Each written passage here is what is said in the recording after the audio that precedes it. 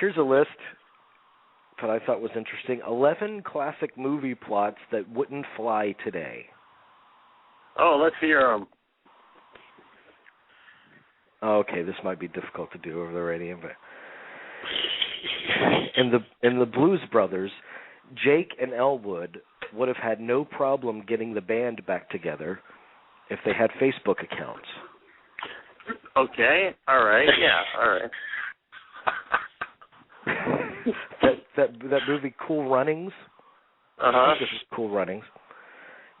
Derice, Yule, Jr., and Senka, the four lead characters, would have certainly won gold with a Kickstarter-funded state-of-the-art bobsled.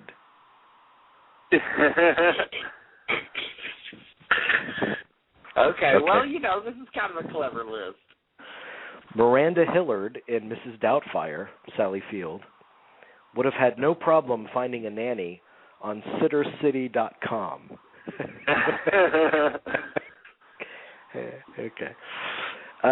It's Star Wars. Luke's family tree would have revealed a lot on Ancestry.com.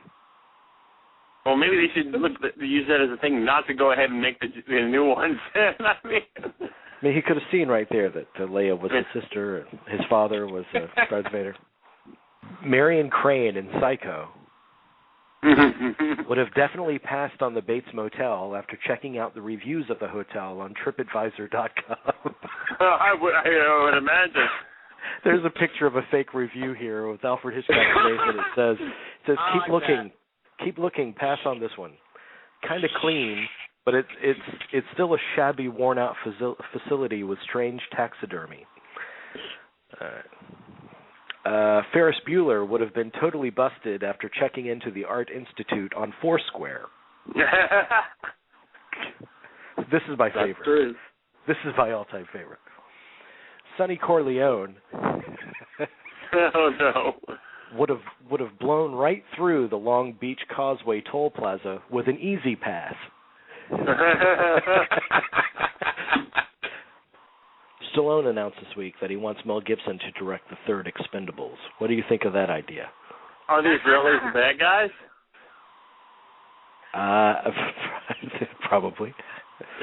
No, I don't. I mean, why? I don't understand. Why? I thought Walter Hill or someone else maybe, but Mel Gibson. So would Mel be in it though? Now that would be interesting. If Mel was in it, then I would say, yeah, go for it, Mel, because Mel will be tortured throughout the whole movie. Well, it would be hard. It would be harsh and aggressive and bloody. It'd be violent. That's true. But here's the thing. This is what these guys maybe they don't understand it. That while their individual films have all flopped because they don't have that sense of fun and everything, maybe Mel. I don't know if Mel can keep the humor and everything intact, and they're making fun of themselves. Yeah, I don't see why not. But, I mean, as we've seen in this year, just with The Last Stand, Bullet to the Head, and even the last Die Hard movie, which is awful, these guys don't understand, hey, you're making fun of yourselves. That's why these films work. Don't you think even on the downward spiral Mel Gibson's career is in right now, directing Expendables 3 would still be a step down from that? It would be. Yeah, I think it probably would. I mean, I haven't. It's nothing is working. I mean, nothing is working right now. But I don't know what's going. I haven't seen the movie Get the Gringo, so I don't know. But it doesn't seem like anything's working for him. It's fine. It's fine. It's like a lower rent payback. I enjoyed My it. My question is this. Speaking of Mel Gibson and the part that made him famous, Tom Hardy is going to play, and there's a very strong possibility that's going to be very good, or at least serviceable. I mean, well, what'll be really interesting is just to see George Miller get back into the fold. Yeah, and this is what made George Miller famous. This is made George Miller a household name. And my thing is, what is Mel going to think? Because Mel, remember in 2003 there was talk, Fury Road, Mel Gibson was going to be in it. There was a big, article in Variety, we're going to go forward with this, and then nothing happened. So Tom Hardy could very well come and like own this character. That's a very strong possibility. I like Tom Hardy, but I can't see. I don't see his personality. The only movie he's not the warmest guy in the world. No, the only movie where he shows any personality is This Means War, and that's not a worthy movie. But I mean, he could do Mad Max, though. I thought he had a little bit of personality in Inception. I thought. Yeah. I thought he had some actual laughs in that movie. But yeah, you're right. He's sort of like just this low-talking guy that hardly moves, and you're like, okay. Well, guys, in the Mad Max trilogy, let's be very honest, as far as dialogue is concerned, of the 3 movies, there's maybe 20 pages of dialogue in 3 films. No, I think he's perfect for Mad Max. I'm not saying that. I just can't get a good handle on who the heck is Tom Hardy. I mean, I don't know. I don't know yet. I think he's talented, but it's like that Casting By documentary. There's a scene in that movie, a screen test of Warren Beatty's, back in the 50s or something, a black and white show, where you can't understand a word Warren Beatty is saying because everyone in that stage of filmmaking wanted to be the next Brando, and the key to that was to mumble a lot. Right. That's the sense I get from Thomas Hardy a lot. Right? I mean, I don't see him. I don't know who the hell Tom Hardy is really. Which is good, I guess. The other night I watched Lawless for the first time, and I like some things about it, but and Tom Hardy was one of the aspects of it I liked. I couldn't understand a thing he said in that movie. Like this was Bane, I couldn't understand a damn thing. I agree. I had to turn the thing way up. I'm like, what the hell? Am I losing my hearing? What's going on? I had to what turn the hell it is this, way up. McCabe and Mrs. Miller? What is it? He was clear as Bane. I understand him more as Bane than I do as a character in this. Man, I don't know what's going on with movies now, but you can't understand any of the dialogue, and when you turn the thing way up to be able to listen to all the dialogue, then the movies blast you out with some, music cue that's like 10 million times higher than the dialogue. Right. What's going on? What is going on with this? Like, who's directing these movies? Is it? Well, I think that's a people good who are game directing the movies you bring up, because that is, to a lot of the people complain. That is, while watching them on Blu-ray, The Dark Knight Rises, the music is louder than the dialogue in certain scenes. You're just like, wow.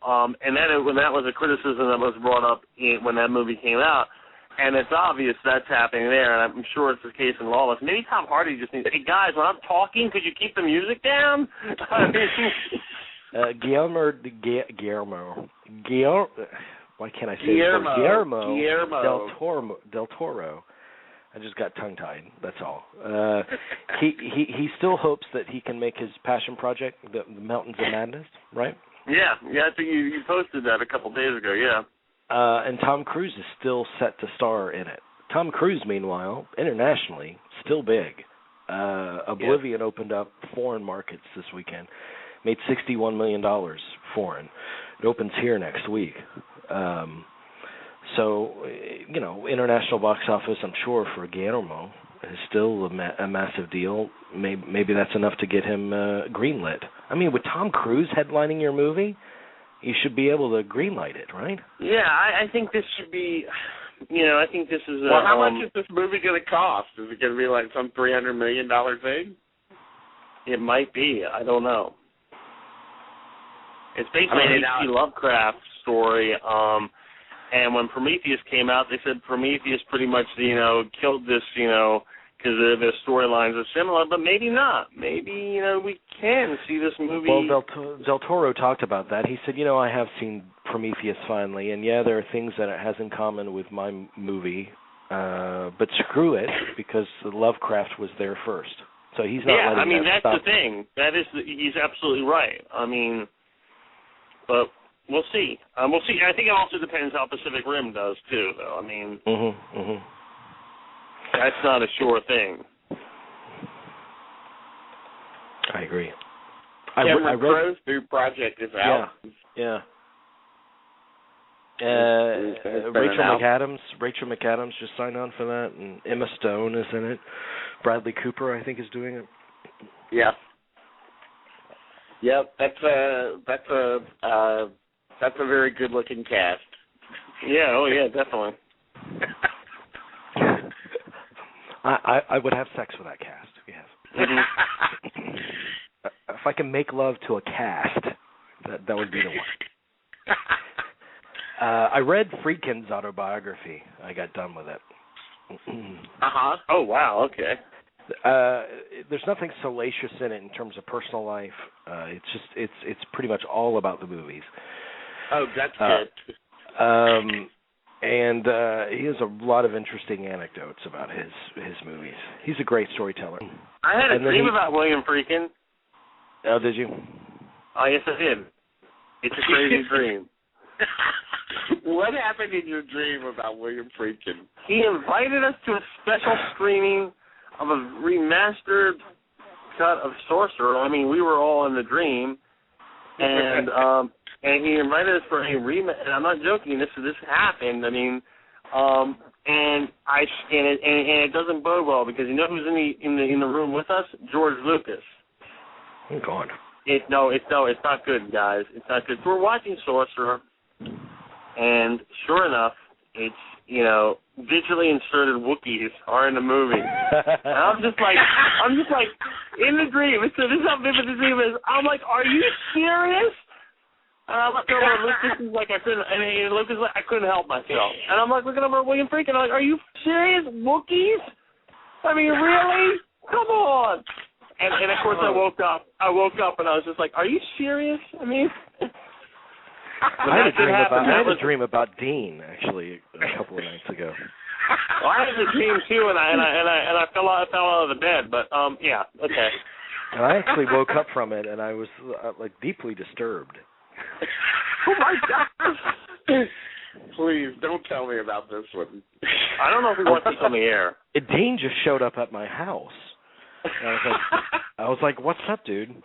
And I'm trying to clean up my house for him to make it presentable, and then all of a sudden a little kid turns up. Like Dean brought a little kid over to my house. I'm like, is this your Lambla call us now? Oh God! Is this your son or something? And he kept going through my things in my bedroom, and I was like, I'm going to hit this kid if you don't get him out of here. And then the dream ended. So. That's so bizarre. Probably for the best. I had my first Stanley Kubrick dream.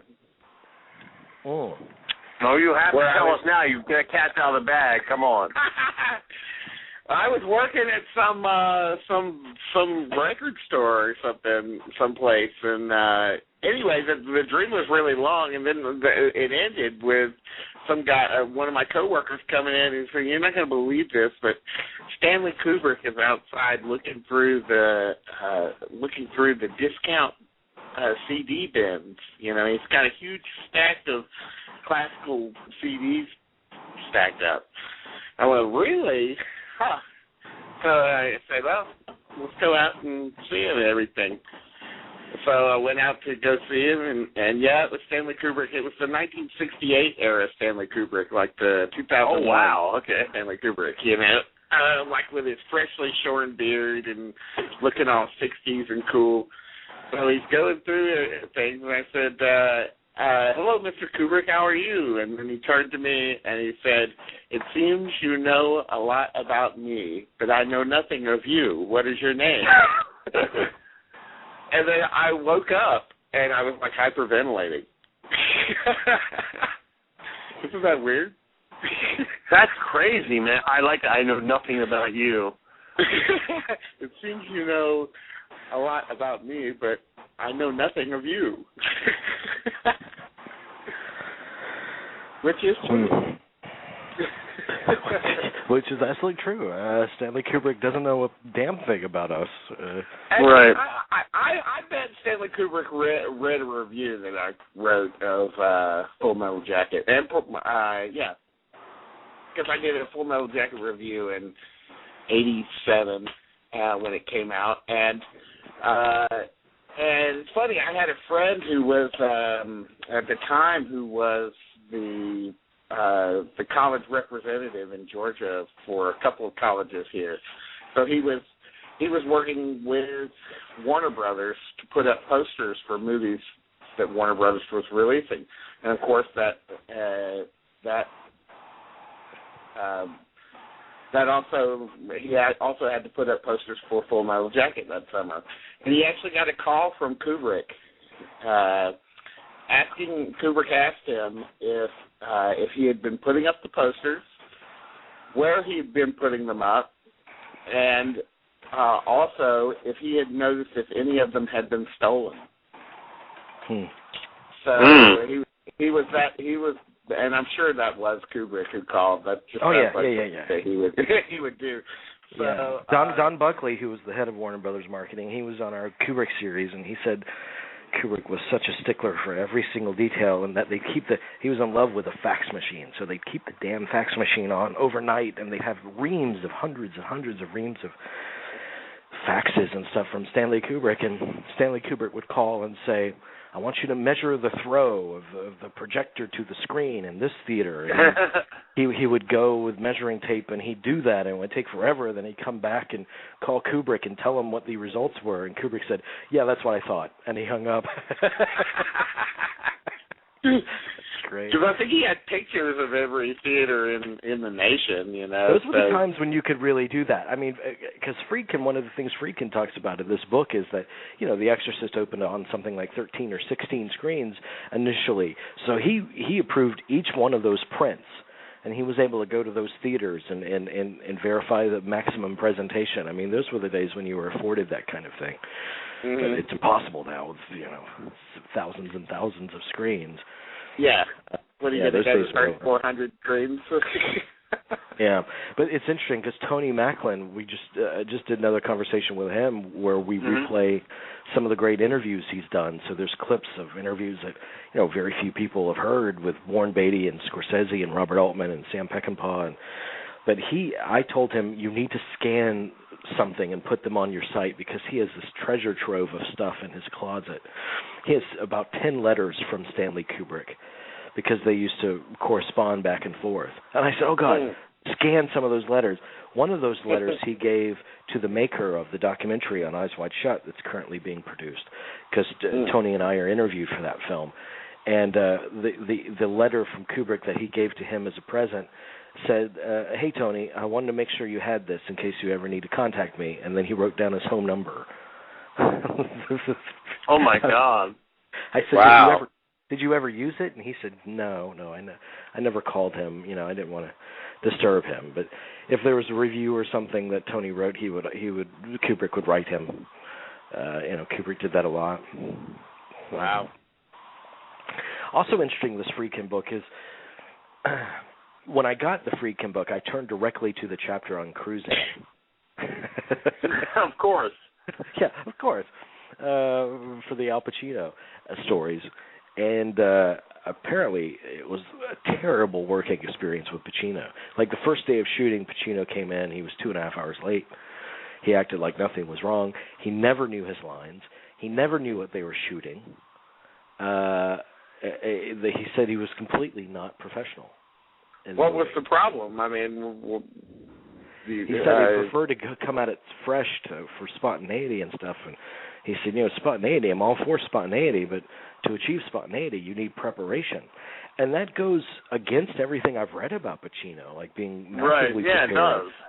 Yeah, but apparently in that film, he was uncomfortable. You think he was maybe angling to get thrown out of the movie or something? You know, because that doesn't sound like Pacino at all. That does sound like a possibility. Initially, Friedkin wanted Richard Gere, and then the studio got Pacino, and Pacino was a huge name, and so they said, do it with Pacino, and we'll agree. Gere would have been better casting, though, I think. I think so, but when you look at Cruising now, in retrospect, it's easy to see how Pacino works for the film because he's so uncomfortable in it. Yeah. It's a genuine discomfort.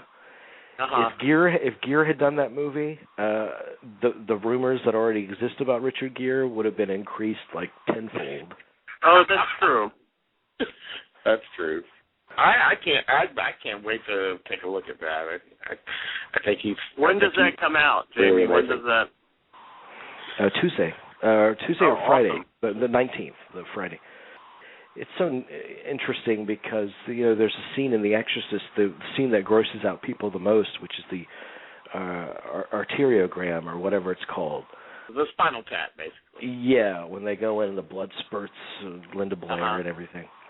And that's real, Yeah, the guy that performed that got arrested for murder, like 6 murders where he dismembered people and he killed a lot of people, including a theater critic from Variety magazine. Wow! And he was arrested around the time Friedkin did Cruising, and Friedkin went to Rikers Island to visit him. I said, "Did you really kill those people?" And he said, "I remember killing one of them. The others are like blackouts." And so he pled insanity. He got out in 2004. Wow, that's unbelievable. Friedkin, Marty Bregman, and Oliver Stone, and Ron Kovic all hired Friedkin to direct Born on the 4th of July in the late 70s. This was after Sorcerer. And Friedkin came on board. He was going to direct that, and it was pre-Cruising. They hired Pacino. Pacino was playing Ron Kovic. I guess the money ran out or something happened, and Friedkin dropped out. And then the director Daniel Petrie took over. Daniel Petrie shot that Born on the 4th of July for 1 week, and the scene that they shot was Al Pacino as Ron Kovic going back home. Wow. It's that scene where the neighborhood rushes at him because he's going back home after the war in the wheelchair, and his mother comes out and everything. They shot that, but then Bregman's money ran out, and so they had to suspend shooting. But so somewhere there's footage of Al Pacino playing Ron Kovic. That's so exciting to me. No, that is. That would be great to uncover that somewhere. I was reading just the other day about the Oregon State Hospital. Yeah. That was the locale for the making of One Flew Over the Cuckoo's Nest, and has now been. It still exists. It's still around, and has been polished up and is now a museum. The Museum of Mental Health, and of course, it has there's the ward where the film was shot in, and they still have the original TV that's up there. That was that Nurse Ratched said that they couldn't cut on to watch the World Series, but it now plays 24 hours a day, One Flew Over the Cuckoo's Nest. And it's still the original TV. They actually picked it out of the garbage. They were going to throw the TV away after the shooting of the film, and they actually picked it out and kept it. So, but isn't that fascinating? That would be fascinating because a couple of years ago, that place was so run down. I guess the state kind of refurbished it, but it was a house of horrors a couple of years ago. They had like tissue samples and everything that were unaccounted for, that were just splattered all over the place, and it was terrible, in terrible shape. But I just looked up last week. I looked up a brand new interview with Dean Brooks, who was the head of that mental ward, who played Spivey in the movie. And he was in a nursing home, I think, is where it was shot, but still sharp as a tack. And he was talking about the experience of the movie. It's like a half-hour conversation. It was really fascinating to watch. Anyway, let's do quick listener mail. Okay. All right. Let's do this listener mail. Get to it. I want to hear. I'm curious, dude. I want to hear what the listener mail is. So. Okay. All right.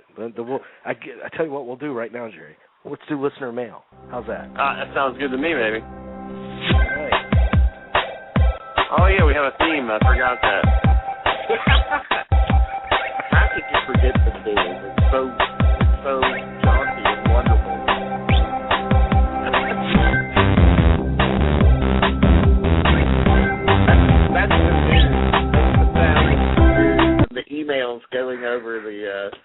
That's over right. the Yeah. pipelines or whatever. This one's from Steve. Steve says, "Hello, I just wanted to say how much I love your podcast. I'm a huge film buff, but I am always at a loss to hear others talk about films, so finding your podcast was really refreshing. I was pleased to hear updates on Sorcerer and your discussion of Heat." So thank you, Steve. I don't know where Steve is from, but Steve wrote in and shared his thoughts with us, so we appreciate it. All right, that's awesome. Thank you, Steve. Tom Sika, probably Sika. No, and it's not Tom. Let me say this over again. Tim Sika wrote us on Facebook. He said, "My God, I've just discovered you guys and feel like I've died and gone to heaven. Just finished listening to the full William Friedkin piece, superb interview, and the Kubrick stuff. What you guys are doing is absolutely amazing. The quality of the interviews, the knowledge, the questions, etc. What an exceptional contribution to the art and celebration of the cinema you are all making. Kudos and 1,000 cheers to you all." So thank you, Tim. Nice. That's awesome. Thank you. Rena Marino said, Nice name. Yeah, it is nice. Just want to say I love your Facebook page, podcasts, tweets. You guys do a great job. Particularly appreciate your love of Al Pacino. I've seen all of his movies and on stage many times. I think he is the greatest. I hope you get to interview him one day soon. Thank you, Rena. William Friedkin wrote us a message. Actually, I posted this on Facebook last night. He wrote us a message saying he can't wait to hook up with the geeks again, so Friedkin will be a guest that will return to us. It's YouTube, where we have over 900 subscribers, over 500,000 views. Wow. We get messages there. Yeah. That's pretty good. So, Cat Listening is the name of this YouTube user. Right. The series is priceless, fantastic. Thank you for all your great work, talking about the Kubrick series. The interview we did with Friday the 13th actress Betsy Palmer, Rudy is cool 1, commented and said, "She sounds like someone I'd love to have for a grandmother." I love the way she tells it like it is. Wow. Roy Scheider. Roy always reminds me of my father and how he looks like him when he was younger. They both passed away the same year.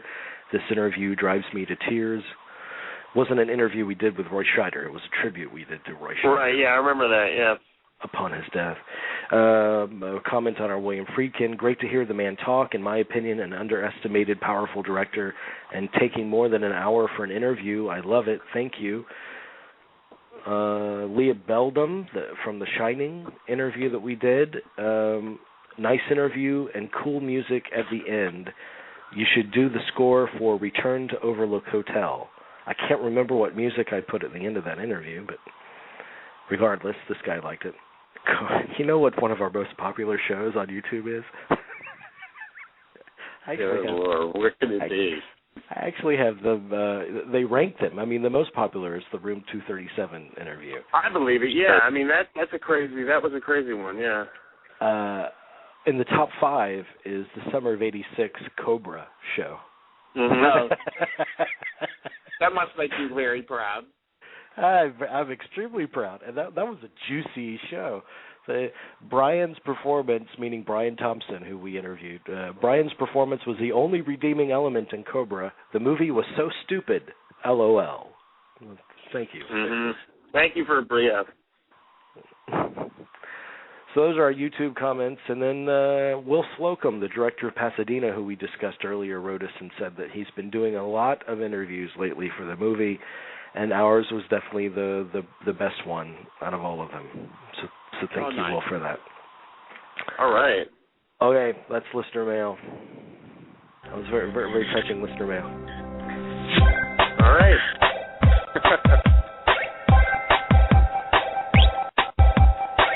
There was a list.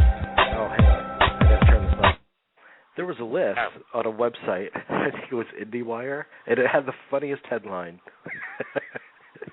It didn't say 6 best movies from blah blah blah. It said the 6 least inessential Steven Seagal movies. Least inessential. I thought it was great. That's tiptoeing. That's the best Seagal movie is Under Siege, right? I mean, we can all agree on absolutely. That is the only one that's worthwhile, personally. But yeah. And it's the only one that's not a two-word title. Hard to Well, Kill. no, there's fire. Above There's the fire Law. on the mountain, right? No, Fire Down Below, another three-word title. Yeah, I mean, it's called Fire Down Below. Yeah, not Fire on a Mountain. That would be four. That's too complicated. Which is actually about a hemorrhoid, that movie. Yeah. I kind of like that movie. Fire. Oh God. Fire Okay, Down Below. Can we end the show now? Then I mean, on that note, we should probably. Above the Law, Hard to Kill. It's like he was addicted to three-word titles.